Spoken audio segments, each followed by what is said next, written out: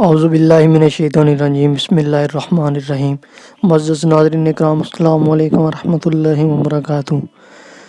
دوستو، آج ہم آپ کو بتانے والے ہیں 8 اہم ترین باتیں جن کا کہ جاننا ہمارے لیے ہماری زندگی میں سب سے بہت زیادہ اہم ہے۔ تو دوستو، ویڈیو شروع کرنے سے پہلے ہمیشہ کی طرح جو دوستو میرے چینل پر نئے ہیں، جنہوں نے ابھی تک ہمارے اس چینل کو سبسکرائب نہیں کیا ہے، تو پلیز جلدی سے ہمارے اس چینل کو سبسکرائب کریں، ساتھ ہی دیے گئے بیل کے آئیکن کو دبانا نہیں بھولیے گا تاکہ ہماری آنے والی مزید اچھی ویڈیو آپ تک بآسانی پہنچ سکیں۔ نمبر 1، وہ گھر جس سے درخت کاٹ دیا جائے وہ گھر نہیں رہتا۔ جب آپ کسی گھر کو اجڑتا ہوئے دیکھیں تو اس کی تحقیق کر لیں، آپ کو باقاعدہ پتہ چل جائے گا کہ اس کی برائی کی جو ہے وہ شروعات درخت کے کاٹنے سے ہوئی تھی۔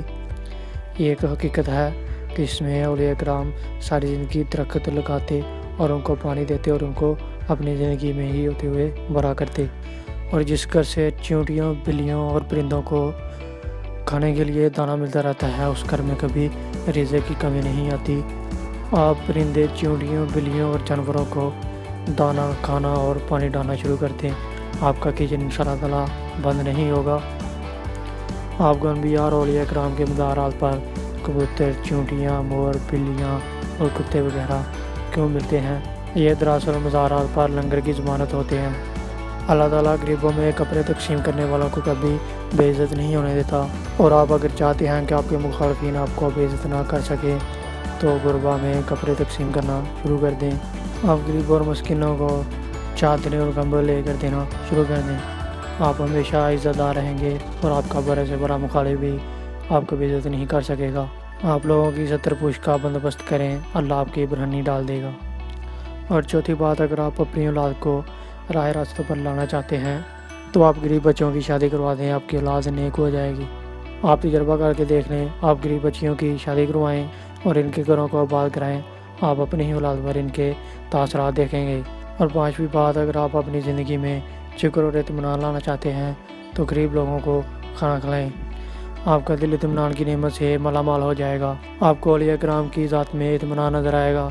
یہ اطمینان تواضع کی دین ہے، آپ بھی متواضع ہو جائیں، آپ کی زندگی سے لالچ ختم ہو جائے گا اور آپ بھی مطمئن ہو جائیں گے۔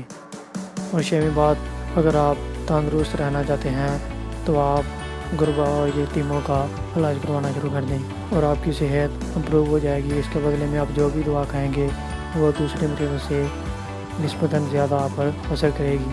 آپ جو بھی دعا کہیں گے وہ آپ پر زیادہ اثر کرے گی۔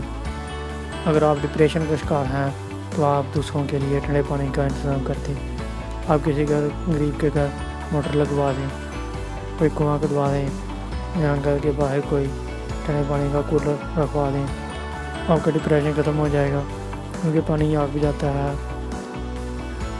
8ویں بات، اگر آپ طاقتور ہونا چاہتے ہیں تو آپ سادگی اختیار کر لیں، دنیا کا کوئی بھی فرعون آپ کا مقابلہ نہیں کر سکے گا، اور اللہ تعالیٰ نے سادگی میں ایٹمی طاقت رکھی ہے، شاید اس لیے تمام انبیاء کرام اور اولیاء کرام سادہ تھے، چنانچہ فرعون ہو یا نمرود ان کی طاقت کے سامنے ٹھہر نہیں سکے گا۔ آپ بھی آزما کر دیکھ لیں، آپ کا بھی کوئی مقابلہ نہیں کر سکے گا۔